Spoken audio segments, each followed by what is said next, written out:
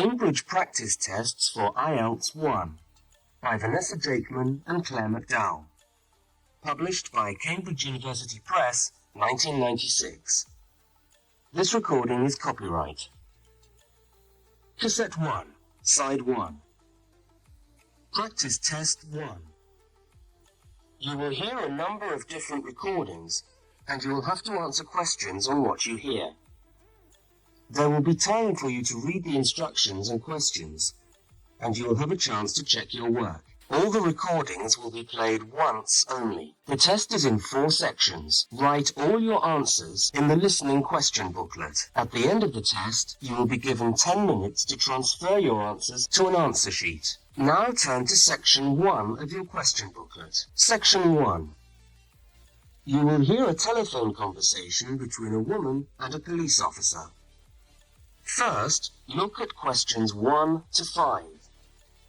For each of the questions, 4 alternatives are given.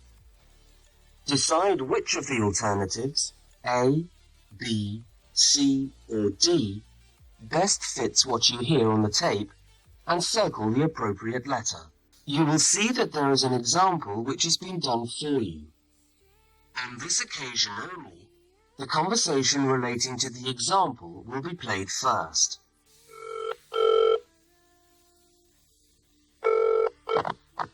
Good evening, City Police Station. Can I help you?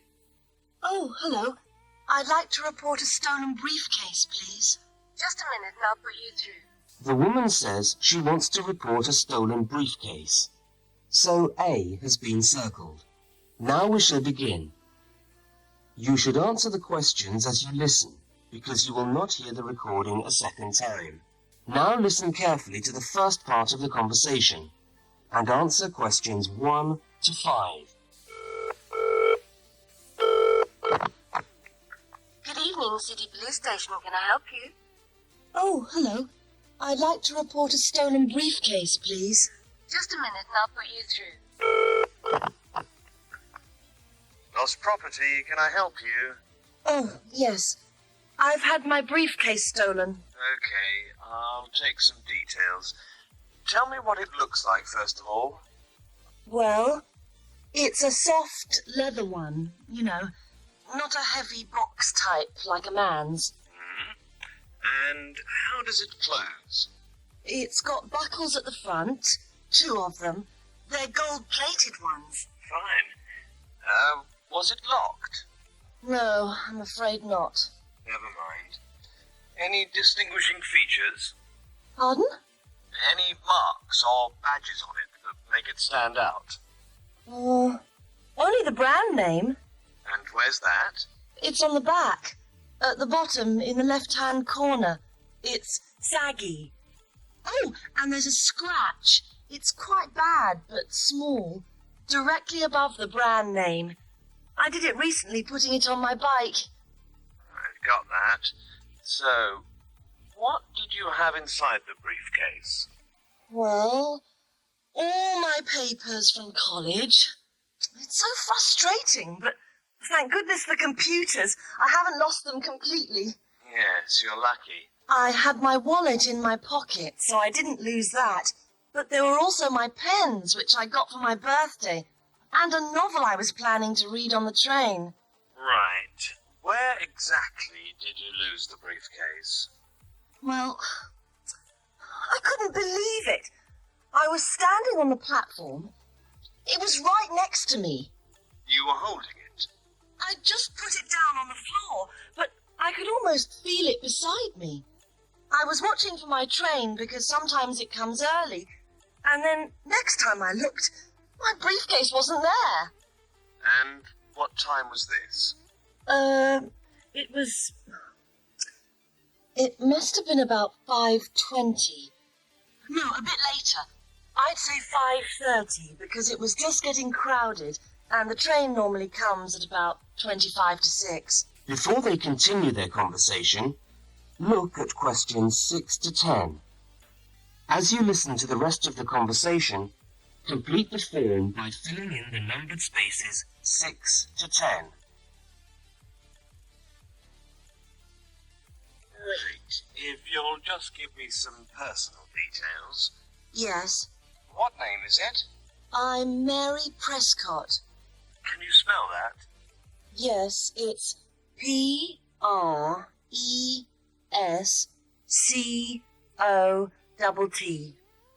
And your address? Flat 2, 41 Fountain Road, Canterbury. Fountain Road. Yes, number 41. And have you got a contact telephone number? Yes, it's 752239. 752239. Fine. One last question.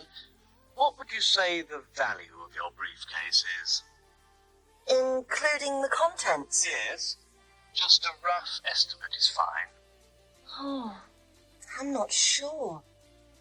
Well, the briefcase itself is quite new. I bought it last month for £40. I suppose about £65. The contents are worth about £20 or £25 at least. That's fine. Well, if you could come down to the station tomorrow, you can sign this form and have a look at what we've got here. Okay, thanks. Bye. Goodbye. That is the end of section 1. You now have half a minute to check your answers.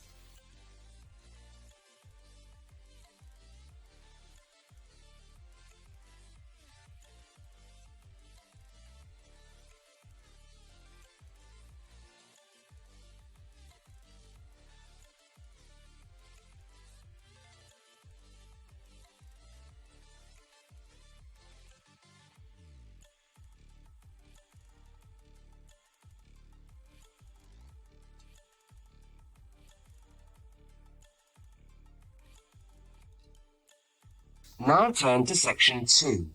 Section 2.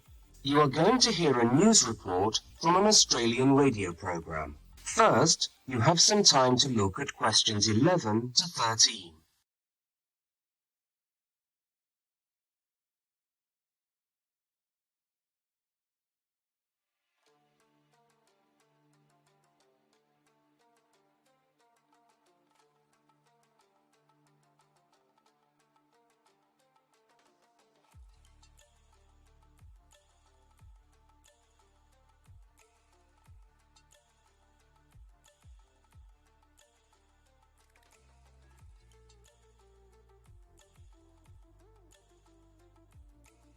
Now listen to the news headlines and tick the 3 other items which are mentioned. This is the 6 o'clock news for Tuesday, the 25th of November. And first, the headlines. The Prime Minister has promised to help the drought-stricken farmers in the northern part of the country who haven't seen rain for nearly 2 years. And in Sydney, a group of school children are successfully rescued from a plane which landed in the sea shortly after takeoff. Transport workers are on strike in Melbourne over a pay claim, and the strike looks set to spread to other states. And on a fashionable note, there's to be a new look for the staff of Qantas, Australia's national airline. Now you have some time to look at questions 14 to 21.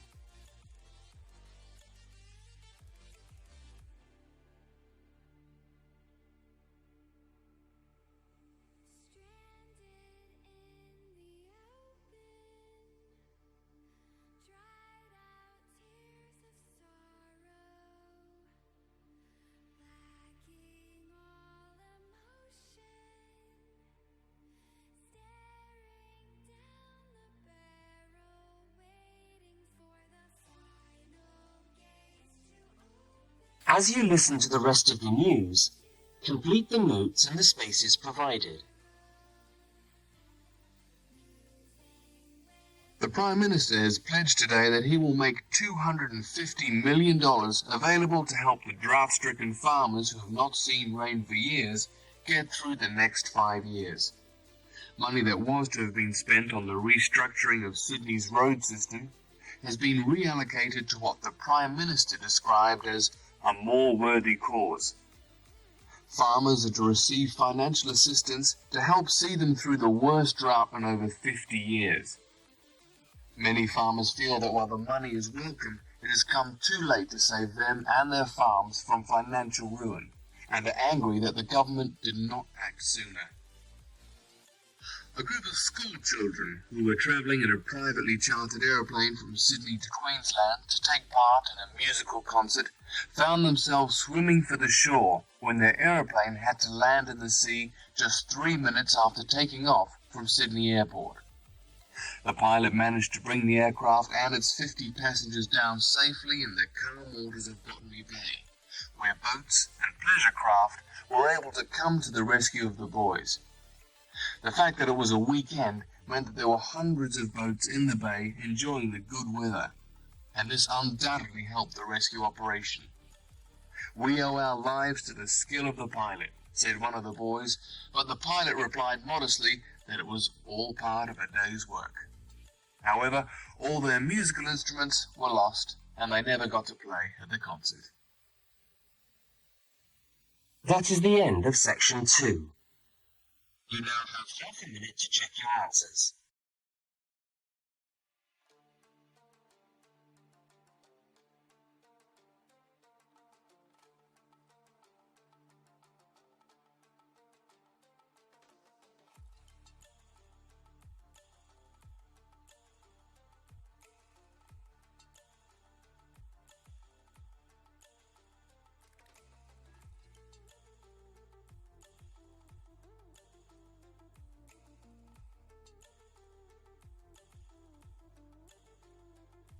Now turn to section 3. Section 3. In this section, you will hear a conversation between a university student and a university lecturer. Look at questions 22 to 25. For each of the questions, 4 alternatives are given. Decide which of the alternatives best fits what you hear on the tape and circle the appropriate letter. Hello. Can I come in? Oh, yes, come in. How can I help you? I was looking for the economics office. I've been all over the arts faculty building looking for it, but I could only find the School of Accounting and Economic History. Is this the right place? Yes, this is the School of Economics. Oh, good. I'm a new student, and I was wondering if someone could give me some information. Well, I might be able to help. I lecture on that program. What do you need to know? Well, quite a few things, actually. Firstly, how many lectures a week do I have to attend? Ah, well, the Economics 1 course is a double unit. So there are 2 lectures a week and 1 tutorial. The lectures are scheduled for Tuesday and Thursday. What time? Let me see. You know, this information is all in the handout, which you should have received yesterday at the orientation meeting. Was there a meeting yesterday? I didn't know about that. No one mentioned. Yes, there was. But never mind. Now, lectures are at 4 in the afternoon. 4's a bit late. I've got a part-time job that starts at 4:30. Well, you can't be in 2 places at once, can you? And attendance at lectures is necessary. We expect at least 90% attendance at this university, you know. 90%? That's high. Do they enforce that rule? Yes, we do. We're pretty strict about it, actually. And what times have been set down for the tutorials? Do you have that information? That's a very well-attended course, so there's a number of tutorial times. Monday, Wednesday, and Friday, all at 9 o'clock. Yours will be allocated at the first lecture. Can't I choose the time? Maybe, maybe not. You'll have to talk to the lecturer on the course. Dr. Roberts is his name. Oh, okay. Now look at questions 26 to 31. As the conversation continues, complete the notes in the spaces provided. Anything else I can help you with while you're here? Well, yes, actually. Do you know what the course requirements are? I mean, how much work is expected for this course? Well, you have to complete a tutorial paper. What does that involve? Well, it's a piece of work on a given topic based on some set reading texts. You'll have to give a small talk to your tutorial group. How long does that have to be? Oh, about 25 minutes usually. I have to talk for 25 minutes? Yes, that's right. And then you have to write up your piece of work and give it to the lecturer to be marked. Right. And is that all? No. You also have to complete a 3,000-word essay on a topic. Can I choose the topic? Yes, usually you can. Right. That shouldn't be too bad. And in addition to that, there is an exam. An exam? What sort of exam? Well, it's an open book exam. Does that mean I can have the textbook with me during the exam? Yes, that's right. And can you give me any idea about the content of the first year of economics, so that I can get into some reading? Well, you'll be getting the reading list next week when lectures start. All the books are in the library. Yes, but won't everyone else take them out as soon as they get the reading list too? Well, yes, they might. But most of the important ones are held in closed reserve. That's a part of the library where you can go to read books, but you can't take them out of the building. What did you call that section of the library? Closed reserve. However, we do recommend that you buy the core books. You'll find them useful and you'll need them for the exam. Yes, I suppose I will. But what is the focus of the course? Well, the course at this university has a vocational focus. That is, a focus on preparing its graduates for work. So we're orientated very much towards employment. Oh, so my chances of getting a job are good. Well, provided you get good results. Well, look, thanks for your time. You've been really helpful.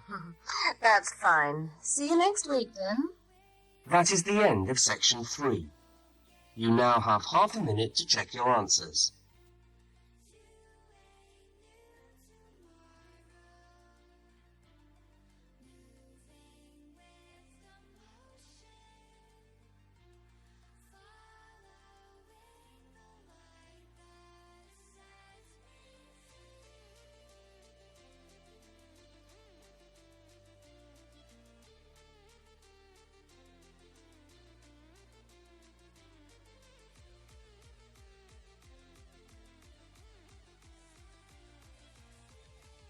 Now turn to section 4. Section 4. You will hear a talk given by a university lecturer about the structure of the university. First, look at questions 32 to 36. Now listen and answer questions 32 to 36. Good morning and welcome to the University of Westlands. My name is Marcia Mayhew and I'm the coordinator of the Bachelor of Social Science degree. This morning I'd like to tell you about the structure of the university and about some of the requirements of the degree that you're about to enter. The Bachelor of Social Science is in one faculty within the university. That is the faculty where I work, known as Arts and Social Sciences. Here on this campus we also have the faculties of Architecture, Law and Science and Technology, among others. It's important to know something about the structure of the faculty because as you go through your course, you may need to call on members of the staff to help you.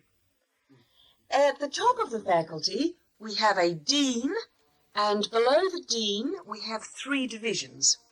Each division has a divisional head, and your degree is located in the Division of Social Sciences.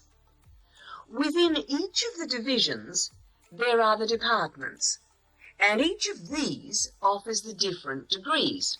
For instance, 2 of the departments which offer the major subjects for your award are sociology and psychology.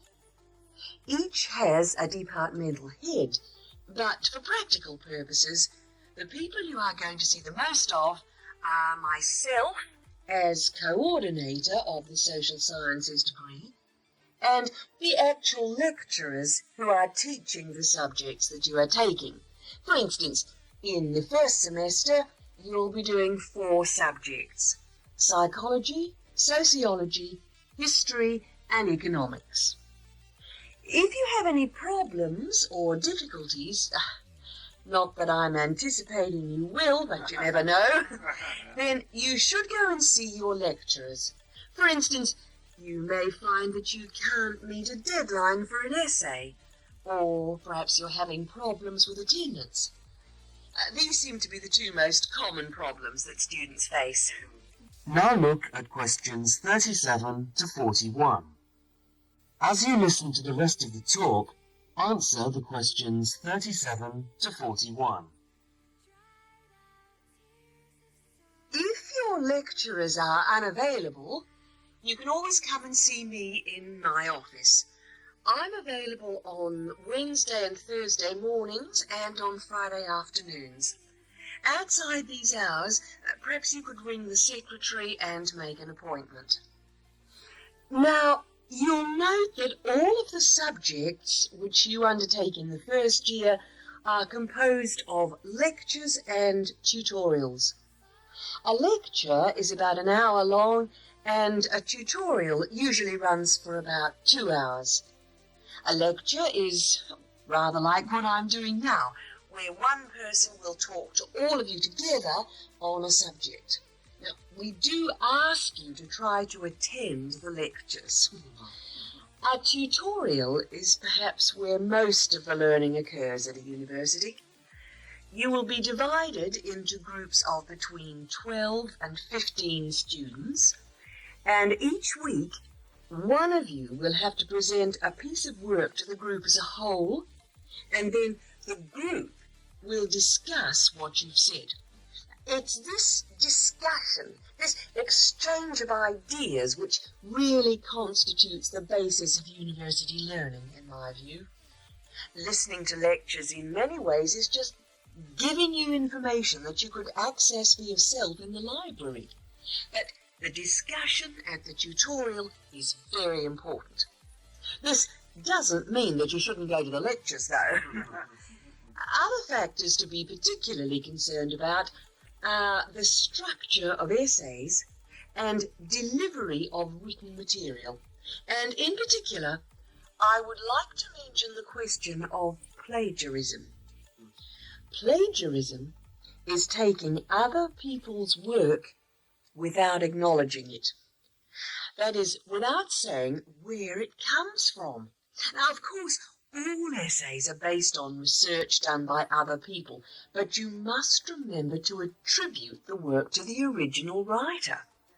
And while it's a good idea to work with other people, don't hand in work which is exactly the same as your friend's work, because we will notice. If you don't acknowledge the source of your information, then you run the risk of failing the subject, or in very serious cases, you might be denied entry to the university. Last but not least, stay in touch with us. If things are getting you down, don't go and hide. Come and talk to us about it. That's what we're here for. Right. Thank you very much for coming along today.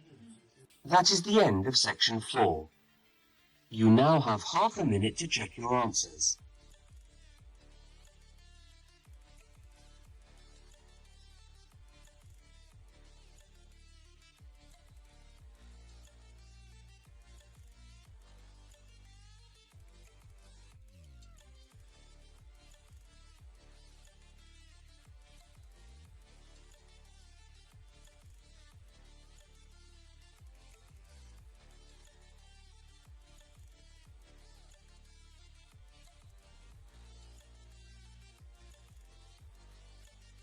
That is the end of the listening test.